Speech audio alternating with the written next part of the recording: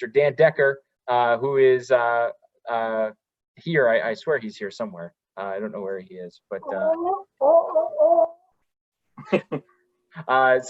I'm going to do today is I can't stay for this whole thing. So one of our youth staff members from Camp New Teaming, Men of the Woods, Andrew Check is here with us. Please direct all questions to Andrew. He's going to be moderating this session to give Dan and Joe here the questions that you guys may have. So Andrew, why don't you say hello? All right, hello everyone. My name is Andrew Check, and during certain weeks I teach at the First Year Camper program and I teach game design. Yeah, but this week you are a camper. But thank you for pinch hitting for us, helping us out with moderating today. And I'm going to turn it over to our sand person over there, Mr. Dan Decker. All right, thanks guys. Hello everyone. Hello from down here at Camp Bullowa. You guys have seen me a lot this last couple weeks. I'm your Camp Bullowa program director, Dan Decker. I also have a really good friend of mine here with me today, Joe Booth. Say hi, Joe. Hello, everyone. All right. So me and Joe have this extremely interesting hobby where we dress up like Star Wars characters, and we do a lot of different charity events and stuff like that in these costumes. So this hobby, there's several groups that do it. Many different groups, depending on what your costume type is, whether you want to be a good guy costume or a bad guy costume. And we go out and we do charity stuff. So the groups originally started probably back around 1999, 2000, when episode 1 came out. And a man by the name of Albin Johnson wanted to go see the movies in a stormtrooper costume. So he made a stormtrooper costume that looked like it came right out of the movies. And he went and he had a good time. People loved it. And it kind of spread from there. Other people started making stormtrooper costumes. They started an online message board where they shared it across each other. With each other, they shared their costumes. And it was a lot of fun. And eventually that group evolved into doing a whole bunch of charity stuff. And that group was called the 501st Legion. And they had over 10,000 members worldwide, the largest stormtrooper group out there, and they got to do a lot of charity stuff. Lucasfilms, the people who make Star Wars, would often call them and say, hey, we need a whole bunch of stormtroopers to march in the Rose Parade with George Lucas. And they'd send a whole bunch of stormtroopers. Or, hey, we need a whole bunch of background extras to be in The Mandalorian. And the 501st would send a whole bunch of stormtroopers. So then there's also another group that was kind of an offshoot of the 501st. The 501st would only do bad guy costumes, all right? And some people wanted to do good guy costumes. So another group got started called the Rebel Legion. And they would do the good guys of Star Wars. They would do Chewbacca. They would do, Jedi and a whole bunch of things. All right. Myself and Joe, we are on the leadership team. I don't know where Joe just went. Oh, there he is. Okay. We are on the leadership team for the Rebel Legion Echo Base, the chapter that covers New York State. We are also both members of the 501st, although we don't have any titles over there. We are also, I'm also part of a group called Saber Guild, which is another offshoot group. They're a younger group. They started in the last couple years, and they are a whole bunch of Jedi and Sith costumers, and they do a whole bunch of lightsaber choreography, and they do shows. So, if you want to whack lightsabers against someone, they're the group to go with. And then there's another group called the Mandalorian Mercs. Who here has seen the Mandalorian TV show by a show of hands? Anyone? On Disney Plus? So the Mandalorians, Mercs, they work on costumes based off of that Mandalorian concept. And they do different things like that. Joe, anything else you want to say about like the history of the groups and how that all came together? I think you pretty much covered it all. I don't think there's much more I could add to that, but there's also another group that you didn't mention, Droid Builders. Droid Builders is the group of people who, BB-8, R2-D2, mouse droids. Has everyone seen a mouse droid before? So they cover all those types of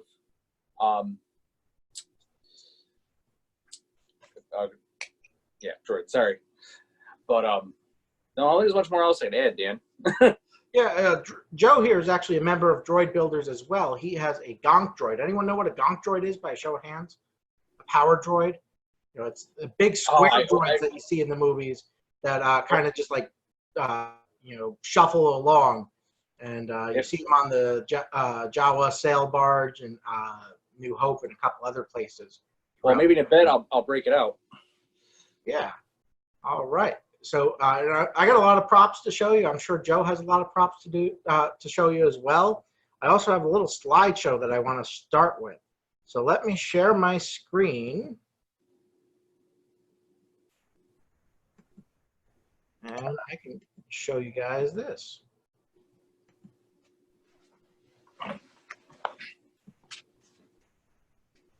Okay. So I hope you guys can all see my screen right now. So obviously, Star Wars costuming is what we're talking about today. And one interesting thing about all these groups is we pretty much make all our own costumes. You know, our own costumes, our own props, things like that. So personally, I have about 10 costumes in several different groups. And I've made a lot of the stuff for the costumes from scratch. And I'm going to talk about some of them, the specific costumes. So the first one I have is the Rebel Fleet Trooper. And you can see my costume is on the right side, and on the left side of the screen, you see the ones from the movie. So that's just a comparison. So the Rebel Fleet Troopers, they're the guys in the very beginning. They rush out to fight Darth Vader and the stormtroopers who are boarding, and they end up mostly dying. But I started with this costume because a lot of times with these groups, they tell you start with something easy to get your foot into the door, and then once you're into the group, you have a lot of opportunity to work on getting better costumes. You have a lot more resources. You have access to a lot more. So this was my very first costume. I had to learn a lot of different sewing things with it. Most of it was hand sewn because I just didn't know how to use a machine at that point. The shirt was pre-made. I just had to sew like a little bib over it because you can't see the buttons. The vest, I had to take the sleeves off. It was a military BDU jacket, and you had to take the sleeves off, and I had to hem the edges. Again, mostly hand sewn just because I didn't know what I was doing. I have the helmet here with me today. Let me grab that. I'll show you if you look at my screen. It's based off of the military helmet, the base part, and then they added a ice cream scoop on the back, or a little scoop. Everyone calls it like an ice cream scoop helmet. And this is what they wore. And the funny thing with these helmets is if you look down, they will fall off. It has a chin strap to try to keep it on your head a little bit better, but they're not very stable on your head. So you really can't look down that well. Okay. And I think Joe's still getting his Gonk droid set up. My next costume is the one I'm wearing right now. The one I had the helmet on when you guys all joined in. The Custom Raider. And this is one of my personal favorites. You get to have a lot of fun as an alien. Truthfully, with this particular costume, I bought most of the materials and stuff. I got it pre-made for me by someone who sews costumes. So I still really didn't learn a whole lot with this costume. But my next costume, my personal absolute favorite, Emperor Palpatine. Again, I'm on the right. On the left, we have the Emperor there. And, these costuming groups, they want you to get the costumes down to just like they are on the screen, down to the fabric type. So if you look at it, you can see the Emperor had like this waffle weave pattern on his cloak. And I have the same waffle weave pattern on my cloak.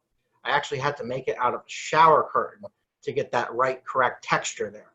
And this one I actually sewed all myself. I didn't make the mask. I bought the mask from somewhere else. I've got the mask here with me today.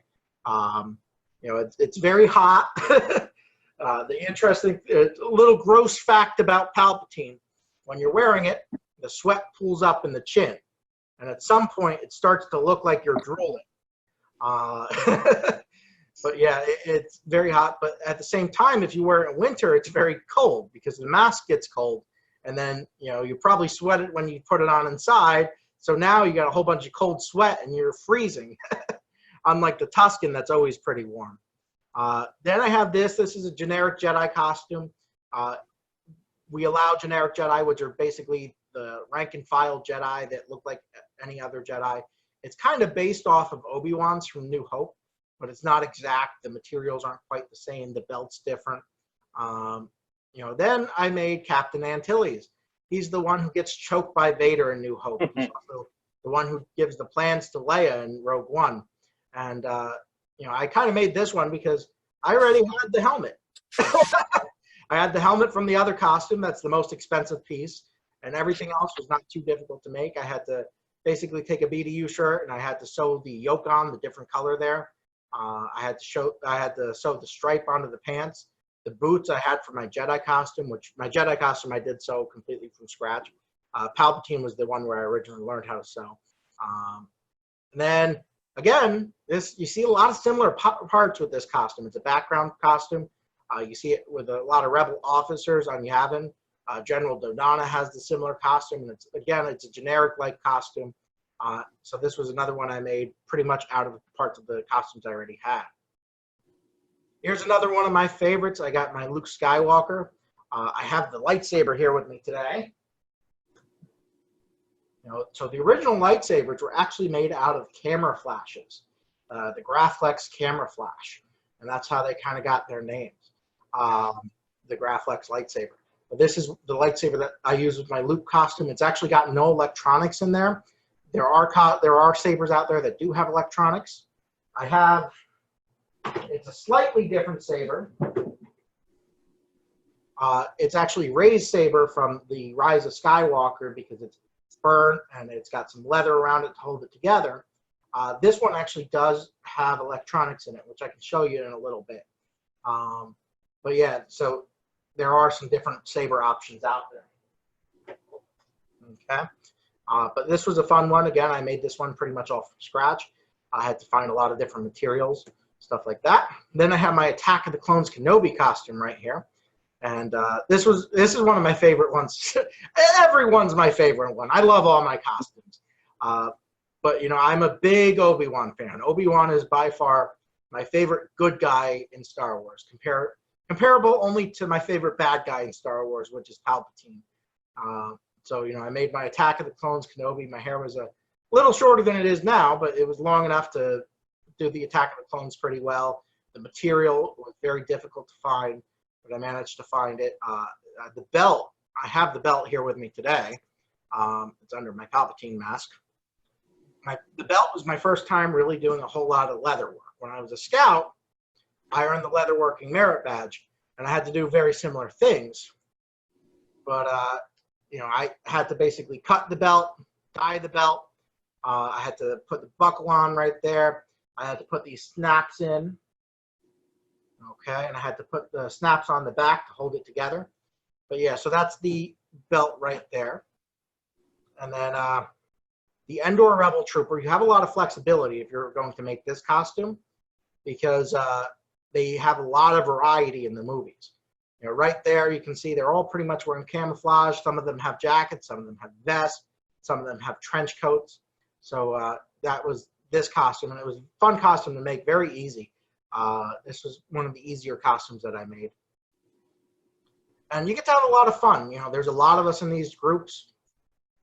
And, once you get past costumes, you sometimes start building big props. So this is Emperor's Throne that the Canadian group has. And they bring it down for an event that we do in Rochester every year, upstate New York. And, it's a great event. They bring down a lot of props. Myself and Joe also built some props as well. We built a Tatooine wall. I don't think I have a picture of it though. But, I have it on mine, I think. Yeah, so I'm sure Joe can find one and we can screen share it, but it's also really cool. Here's a big group picture from that same Rochester event I That's an old mentioned. one. Yep, this is a year before you, Joe. It's the one I could find quickly. But yeah, you see a lot of different costume variety there, a lot of different people. We get upwards of 50 members at this event every year. It's at the Strong Museum of Play in Rochester. Fantastic time. One of the great things about this group is you're basically become almost like a family. There's another one of those events that we talk about. This is the Buffalo Bisons up in Buffalo, New York. Again, I think you actually took this picture, Joe, so you're not in it. Yes, I did. Reason. Yes. But this is another really great picture. It shows how many people there are in these groups. Which is this is my favorite event, I will say. Yep. And then this one right here is the Celebration Anaheim. So every couple of years they do a giant Star Wars convention somewhere. This was the last one they did in Anaheim. They were supposed to do one this year, but because of the pandemic, it was canceled. But this is the entire Rebel Legion at that time, probably around, I want to say 2015. 15. Yes. Yes, it says in the background there, Celebration Anaheim 2015. And you can actually kind of see me. There should be a laser pointer thing I can do, yes. So I am right here. I'm wearing my Captain Antilles costumes. I'm next to the other Rebel Fleet troopers there. I got a whole bunch of them, and I'm the one right there kind of poking my head out between the Jedi. Okay. If you guys don't know who this is, the guy in the red shirt, that's Weird Al Yankovic. He is a parody singer. I'm sure you probably recognize some of his songs. He goes on tour. He's got a Star Wars song he does, and he always reaches out to us, and he's like, can you guys come perform in the background for me? And then after the show, we get to meet him. He signs stuff for us. We get to take a picture, and he's a fantastic guy. One of our recent big party celebration things, he actually performed a private concert just for the group. It was a big group of us. It was like 2,000 of us, but it was all us. It was all our members. I've also met Billy D. Williams with a couple of members of the group. I met James Arnold Taylor, who's the voice of Obi-Wan Kenobi in the Clone Wars, if you have any Clone Wars fans out there. I met Peter Mayhew, of course, the original Chewbacca, who unfortunately passed away recently. He had such a big heart. He was a really nice guy. I met Carrie Fisher. Again, she passed away, very unfortunate, and Mark Hamill. And one of my favorites is I got to meet the actor who played Palpatine while wearing Palpatine, and that was a lot of fun.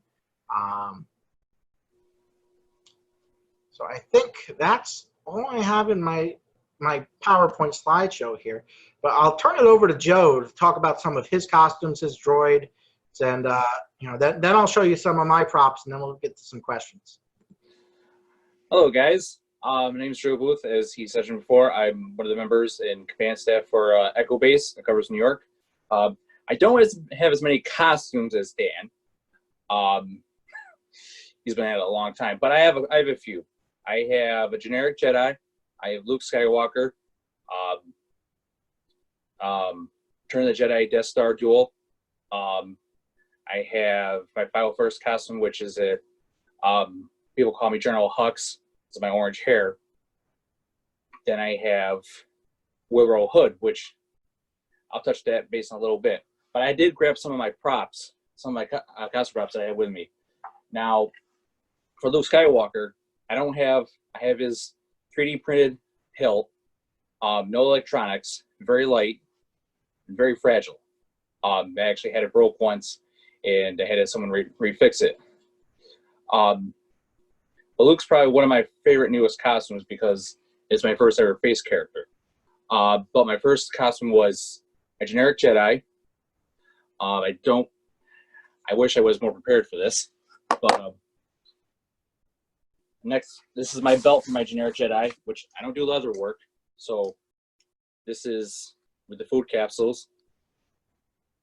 You probably saw in one of Dan's photos. And then with the pouches, they said these are not leather worked ones, leather-like material.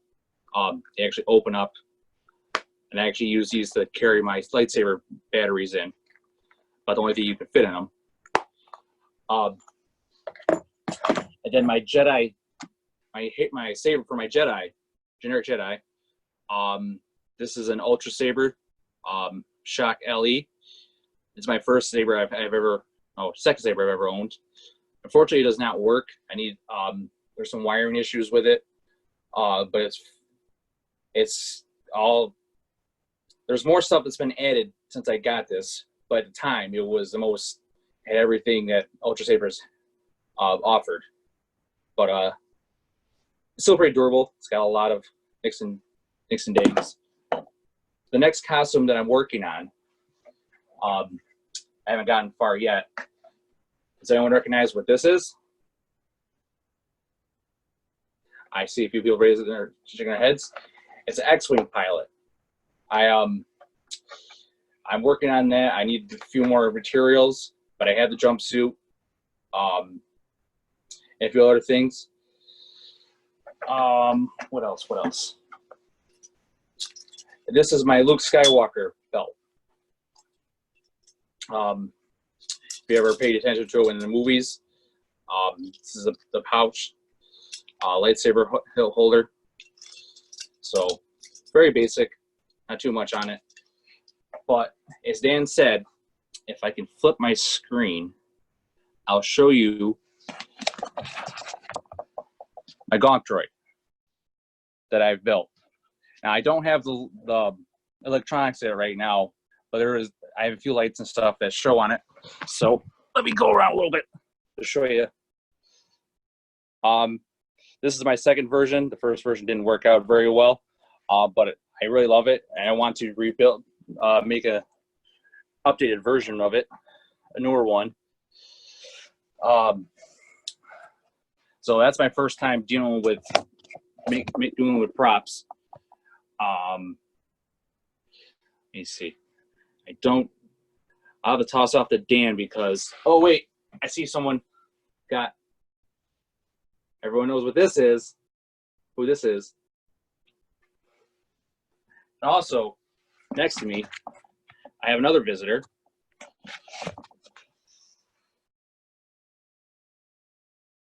He's kind of quiet right now, so he's sleeping. So that's kind of all I have to show for right now. If Dan wants to take it over, I don't know where Dan went. I'm right here. So, now that I've managed to suit out of the Tusken, I could show you some of the props a little bit better. So, I'll start with the Tusken helmet because I have that right here. So I did pre-buy the Tusken helmet and already made. I didn't really make it myself. You can also buy it in a kit form. So the mouth of the Tusken right here is all leather. And then you got some metallic parts on the face and the head, and it's wrapped up in a fabric wrap. And then the base of the skull, the skull of the head, I mean, is it's a latex.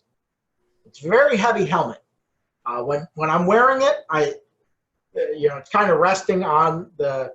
I have this canister that you wear around your neck with the Tuskens.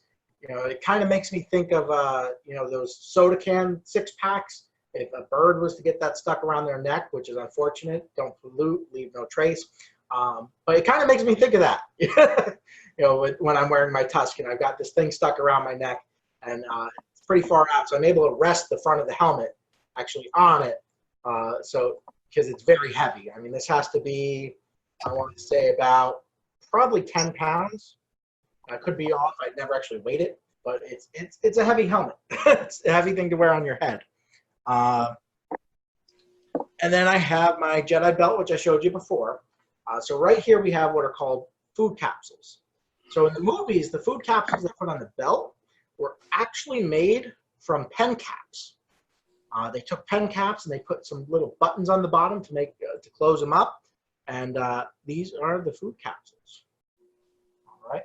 You also have a Covertech clip right here, which is basically what you use to connect the lightsaber to your belt. I believe the original ones in the movie were beeper clips. Some of you probably never saw a beeper before. If you ask your parents, they may know what it is, a pager or something like that. And I showed you guys the mask already. This is a silicone mask. It stretches to my face when I try to put it on. It's what I use for my Palpatine. This is the second one. The first one actually ripped on me. So this one's a little more pale than my first one was, but it's the same sculpt. Basically, you would make a mold, and then you'd be able to mass produce a whole bunch of masks. The mold only has the integrity to last for so long before it starts to fail, though. So you could probably only get like 10 out of a mold, and you have to be a pretty good sculptor to make it. So I actually bought that mask completely. So back in the original movies, I have my Fleet Trooper helmet again. I showed you before. I want to talk a little bit about how they made it. Back in the original movies, they used a process called vacuum forming, where they would take the shape of something. In this case, they took a military helmet, and they take a piece of plastic. They heat the piece of plastic up. They put it on top. They push it down. Then they suck the air out. And when they suck the air out, you basically get the shape that they leave you here. And vacuum forming was very used in movies a lot until recently. And more recently, there's a new technology out there called 3D printing. And I just got a 3D printer myself recently. They're much more affordable now for home use. When they first came out, you weren't buying them for home use. And if you've seen The Mandalorian, you might be familiar with my IG-11 head right here. Okay, and this is all 3D printed. It's in 3 pieces. You know, you just kind of put it together, and you print it out into 3 pieces, then you put it together. There's a couple little guides on it to keep it more secure once you've got it together. And then the other piece is right down here. I'm not going to take it all apart. But yeah, so this is the IG-11 head. The downside with 3D printing is this is not finished yet. I have to basically sand it down a lot because I don't think you can see it on the camera, but there's a lot of little lines on it because when you're 3D printing, it slowly builds up over time. And you get what they call layer lines, which is each layer of the plastic that it pretty much prints. So I have to sand this down a whole lot. I have to use what's called filler primer on it, which is going to fill those lines in. And then I have to paint and continue sanding. And I have to keep going like that. And then, of course, I've got my Yoda right behind me here. You know, you guys saw him earlier for opening. He was actually a gift from a friend. When episode 1 came out, there was a couple different Yodas that were made. There was a Yoda that was made by the Pepsi Corporation as a promotion. And there weren't a whole lot made. But, you know, they went out to a whole bunch of different places. And my friend actually entered a contest in his local Blockbuster and won one. So I'm sure some of you have probably never heard of Blockbuster. It's a video rental store. He won that, and you know, he ended up getting out of the hobby recently. And he's like, "You want the Yoda? Take him to events, get some use out of them." And I'm like, "Yeah, of course. Can't turn down a free Yoda." Then I got the fun stuff. I got the lightsabers. Also, Dan, I found those photos for our wall. Oh, perfect. I'll turn it back over to you once I finish going through my props. So this right here is a Kylo Ren lightsaber. This is one of the few commercially available lightsabers out there. It's a black series. And basically, it's got a fixed blade on it, so you can't take the blades off. And I don't think it's going to show up too well with the light in here. A little bit. See the red, you know, the LEDs inside. And it's got a string of LEDs in there. And the string of LEDs basically is what gives it that effect when it powers on, where it scrolls up and down. Okay? And then, anyone know whose lightsaber this is? And Andrew, you can tell me what they say in the chat, if they say anything. So,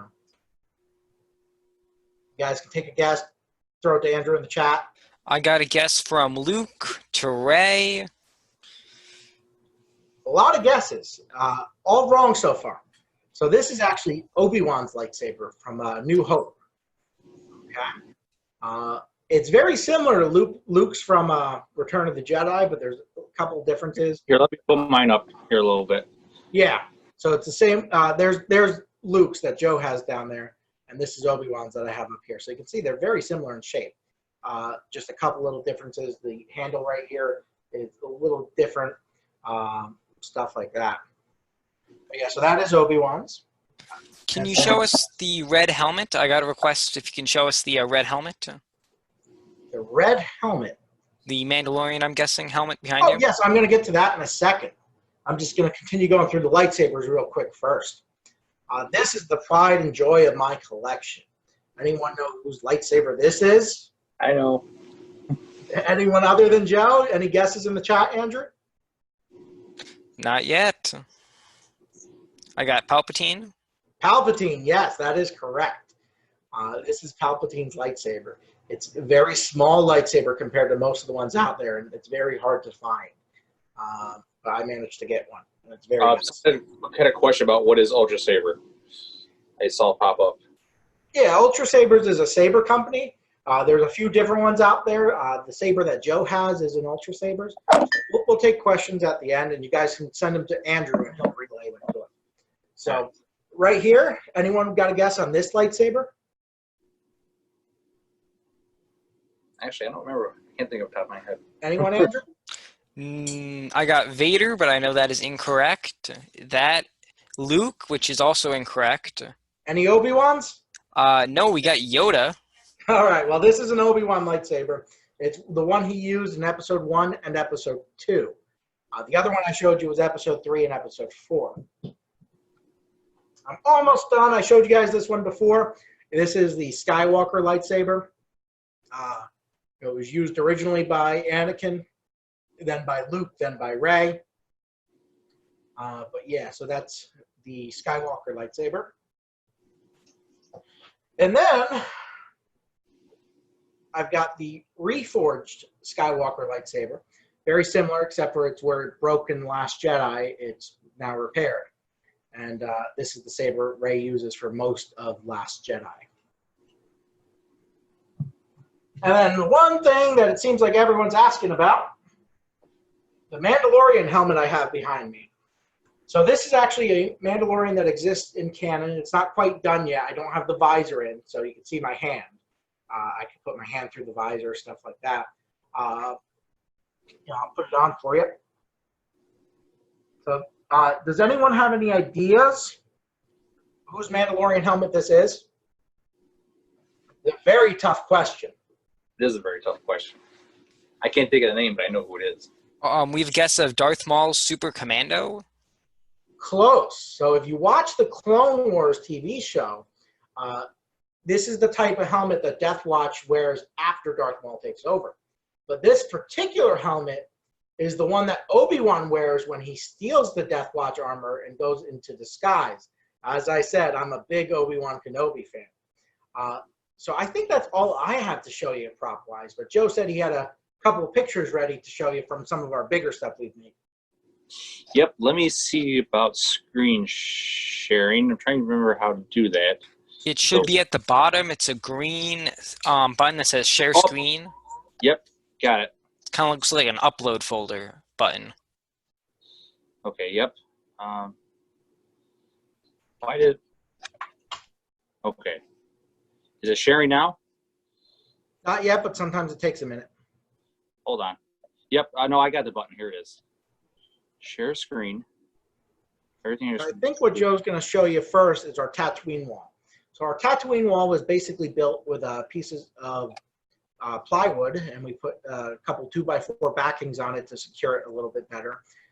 Is it working now? With a sand type paint, and it gives it a very sandy look. And then we added a couple things in front of it to kind of give it a really neat appearance. Hey, Dan? Yes, Joe. Is it working? No, it is not. Okay. Okay, why is this not? Hold on. While Joe's trying to figure this out, why don't we start taking a few questions?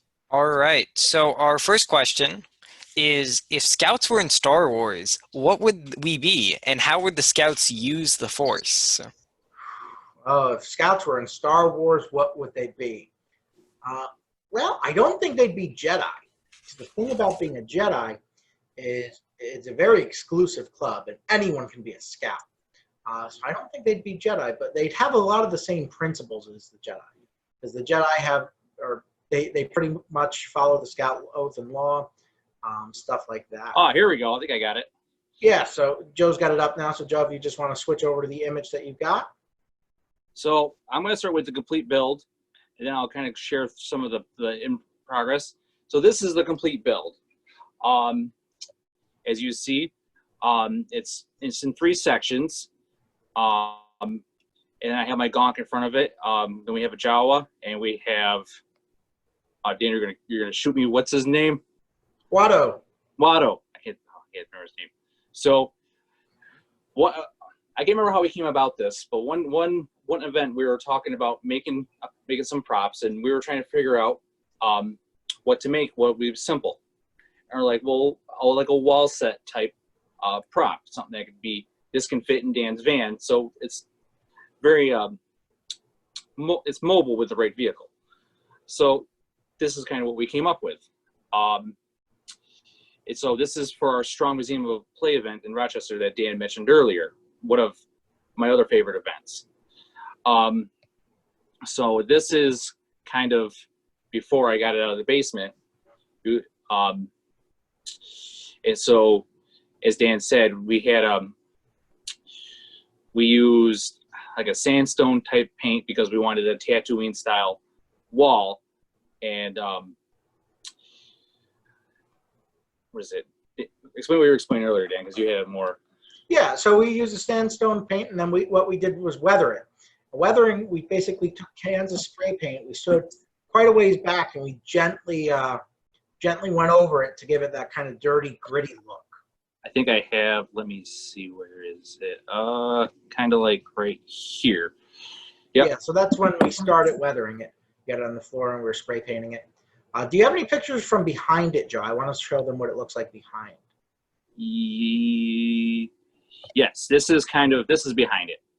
Yeah, so we have the 2x4 frame there that kind of gives it a little bit of more stability. The plywood we use is very thin. Here is making of, so for us to make it stable, this is how it all stands up, is these little small, I don't know what you would call it, like small walls, or there's no name for them, but so this is the beginning works of it, and these are attached to the wall through a screw in the back, and I think here we go. So right here, and there's 4 screws that go into the wall, and then that's what gives it the stability. Oh, here you go, Dan. Here's more back of the wall. Another one. And so this was all.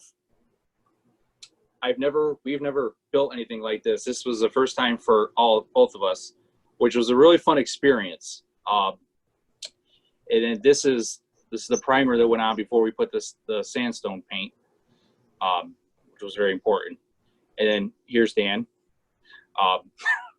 putting on the paint. Trying to see what else. Oh, here's us spray painting it. This is the weathering that Dan was talking about. Which, side note, don't try to do this inside in a basement. When you're spray painting something, because smell tends to linger. And also, I can actually show you a better shot of my Gonk Droid, since I actually have it here. This is something I put together myself that I wanted to bring to Strong. So this is, like I said, this is my first time building one, which was a lot of fun to figure out. The one thing with Gonk Droids is they're never the same unless you're building an exact replica from the movies that you see. A lot of people have built their own. They have their own layout, how they want it to do. And one thing, if you can go back for a second, Joe, one thing with a lot of stuff from the original trilogy is they use what's called found parts. They went to a hardware store or a supermarket or wherever, and they got whatever they could find. So if you look at the face of the Gonk Droid here, you can see a lot of things you might recognize. There's an outlet, computer fan. It's all in like a baking tray that's attached for like the face, so you guys can kind of see what that was used. It's all real stuff. But when you put it together, turn it upside down, move it around, it looks very science fiction. Yeah. And to be honest with you, the only thing I bought from this is the pan and the lights up top. Everything else I've already had. I had laying around from something else. So this is back when, as Dan said, back when the original trilogy came out, they went through and just found whatever they can get. And So that's kind of how they did it all. So don't think there's much else. So I want to see, get back here, if I can stop sharing. There we go. Yeah. So, Andrew, what other questions do you have for us? All right. So another question we have is, do you have a dark saber? I do not have a dark saber. They do make them. I do know people that have dark sabers, but I don't have one yet. I should say yet. You don't have one either, right, Joe? Nope, I don't. Okay. All right. The next question is, do you collect Slideshow, Hot Toys, Black Series, or Funko Pops? You know, a lot of people in our hobby do. I on. personally don't. I don't know if you do, Joe. All right, I'll give me 1 second here. I can actually switch camera. So I don't collect a lot, but I collect a little bit. And this is kind of my collection. I have a few more that are laying around somewhere. But my favorite one, because I actually have the costume, is General Hux, the First Order General. So I don't buy him as much because you can spend a lot real quickly for that with those. So yes, I do collect a little bit. But there's people who actually spend more. I know people who have big collections. What else you got, Andrew? All right. How much money do you spend on your hobby? It's a different answer for everyone. Yep. Props I have behind me, I probably have $2,000-$3,000 worth of Star Wars stuff on this table. And I've got more at home with different parts of costumes that I just couldn't bring. I'm always adding more to my collection. And there's people that have a lot more than me. There's people that have a lot less than me. Ramsey. You want to add anything onto it, Joe? So that's another thing why I don't have as many costumes is it's the financial aspect of it. I do go to a lot of events and stuff, but I don't have as many costumes. But like I said, that's why my pilot is kind of behind with, because I just can't. But you can do some of these costumes that are reasonable. I know people who spent less than $100 on a costume. It's kind of what you want to put into it and how much you want to devote. So realistically, as Dan said, you can spend over $2,000, $3,000 with other stuff, or you can spend less than $500 for a costume. And that could be your only costume. My cheapest costume is my Endor Trooper, which is about $150, give or take. And my most expensive costume is my Emperor Palpatine, which by itself, I've probably got $1,000 invested in. All right. So our next question is asking, do you know that James Earl Jones, the voice of Vader and other things, is from the Hudson Valley? And have you ever met him? I have never met James Earl Jones, and I did not know he was from the Hudson Valley. Oh, wow. I didn't know that either. It's very neat. I don't think when I was at the last Jedi, he wouldn't have been there. He doesn't do a lot of conventions. All right. So I'm not seeing too many more questions. So if anyone wants to send another in, and I think I'm not seeing any more. So But I have I actually got a question for her. Do we have the Mandalorian here? I did see him here before. Yes, Alex over there. You're gonna grow up and you're gonna spend thousands of dollars on costumes just like us. So I did want to mention something else.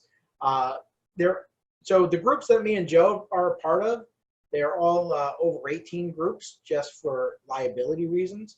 So there is another group called the Galactic Academy, and that group is open to pretty much children under the age of 18.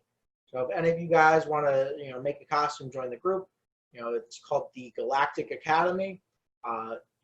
They don't have the same costume standards that the adult groups do, because they're more just for fun as opposed to us, where we are doing it for fun, but we're also doing it to, make kids happy, and we have to look the part, and we do a lot of stuff with Lucasfilm, what- so we have to look And one thing I want to add to that, what Dan said, is a lot of these people that are in these groups, they have kids, and so they try to find ways for the kids to be involved, and this is another avenue at the Galactic Academy.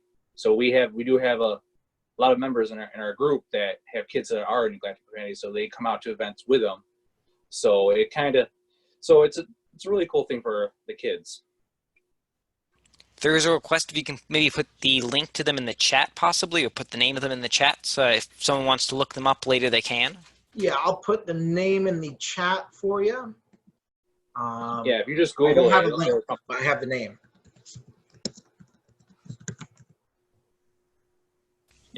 All Any other right. questions, Andrew? And I think you've explained this before. What is an Ultra Saber? I believe you've explained that before, though. Yeah, so an Ultra Sabers is a specific brand of sabers. So when you're talking about lightsabers, they have a lot of different variety out there, a lot of different companies that make lightsabers. Most of them are pretty small and try to keep it in-house. Then you got a couple like Hasbro that make stuff, although their stuff's not the best.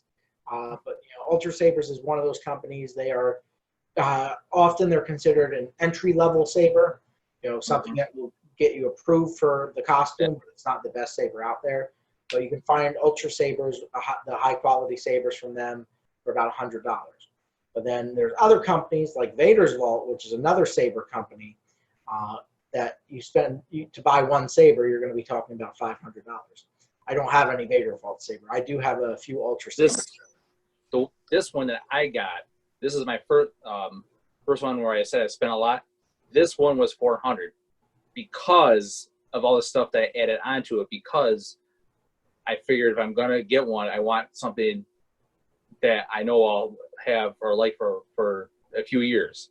But as I said before, it's out of commission right now. So I guess someone look at it. But as Dan was mentioning before, the 3D printing, is that this is 3D printed. So, almost, but you can't put any electronics in it.